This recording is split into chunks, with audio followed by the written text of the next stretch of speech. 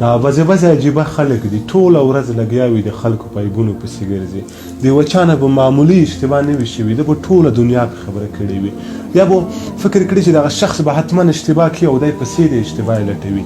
عبید الله ورور په د خلکو باندې بد ګمان یا په خلکو عیبونو لټول یا د خلکو عیبونو ښکارول ګناه لري که نه لري؟ جاوید جان امام شافعي رحمت الله علیه وایي که زه یو انسان وګورم چې په ګیره باندې د شرابو څاڅکي نو زه به ځان څه دا وایم چې د دې په دې ګیره باندې بل چا د شرابو څاڅکي څڅولی او که یو انسان واورم چې دی وایي انا ربکم الاعلی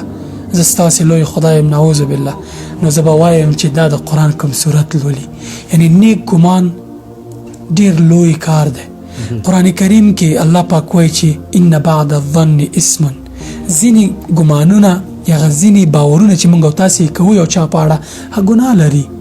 ځکه چې ګمان همیشه رښتیا نه وي خو له بده مرغه زموږ او ستاسې مجلسونه د خلکو په تېروتنو باندې تاودي د خلکو په عیبونو پسې مو مایکروسکوپونه راخیستي او لټوو یې بیا پې تمام ورځ جر و بحث او مجلسونه کوو ښه مجلس پې ګرم تاسې پوهېږئ په قرآن کریم کې ورته د څه دغه غیبت دی په حقیقت کې چې ته د یو چا باندې بد ګمان کې بیا راځي بل ته یې ګیله کوي او هغه باندې مجلس تودوي هم غیبت دی هم بهتان دی او هم بد ګمان دی درې ګناوې یو ځای راټولېږي په قرآن کریم کې راځي چې آیا څوک خوښوي چې د مړه ورور د جسد غوښه وخوري نه تاسې کرکه کوئ له دې کاره نو غیبت نه بیا ولې کرکه نه کوئ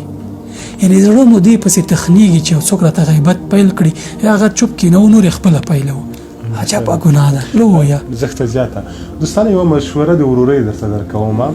پرېږده که د خلکو صفت نه شي کړلی حداقل غیبت خو دې نه کړي پټه خوله کښېنه ادما د مور خبره ښه ده د پټې خوله ثاني نشته ده ښایسته خبرې کوي السلام علیکم وعلیکم السلام